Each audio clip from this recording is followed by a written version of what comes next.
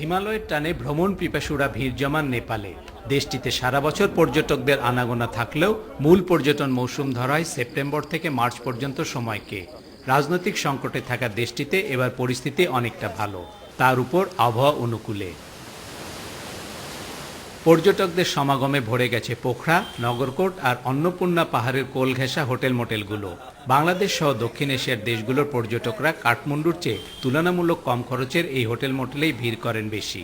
15 दिन बाद तो मानुस आइब अनेक मानुषर छुट्टी हईब, कॉलेज छुट्टी हो, स्कूल छुट्टी हईब, पूजा कारण ढेर लोग आइबेन।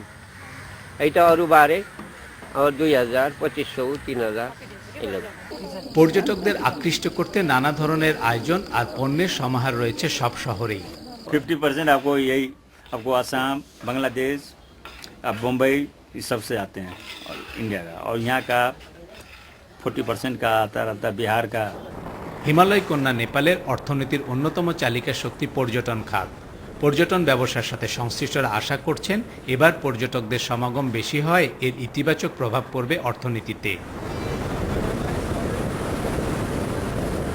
হিমালয় কন্যা নেপালে যেসব পর্যটক আসেন তাদের অধিকাংশেরই লক্ষ্য থাকে সারাংকোট বা নগরকোটের মতো জায়গাগুলো দর্শন করবার, কারণ এসব জায়গা থেকেই দেখা যায় এভারেস্ট বা হিমালয়ের অন্যান্য অংশ বিশেষ। তবে নির্ভর করে আবহাওয়ার ওপর। Hasibur Rahman, independent news, Sarangkot, Nepal.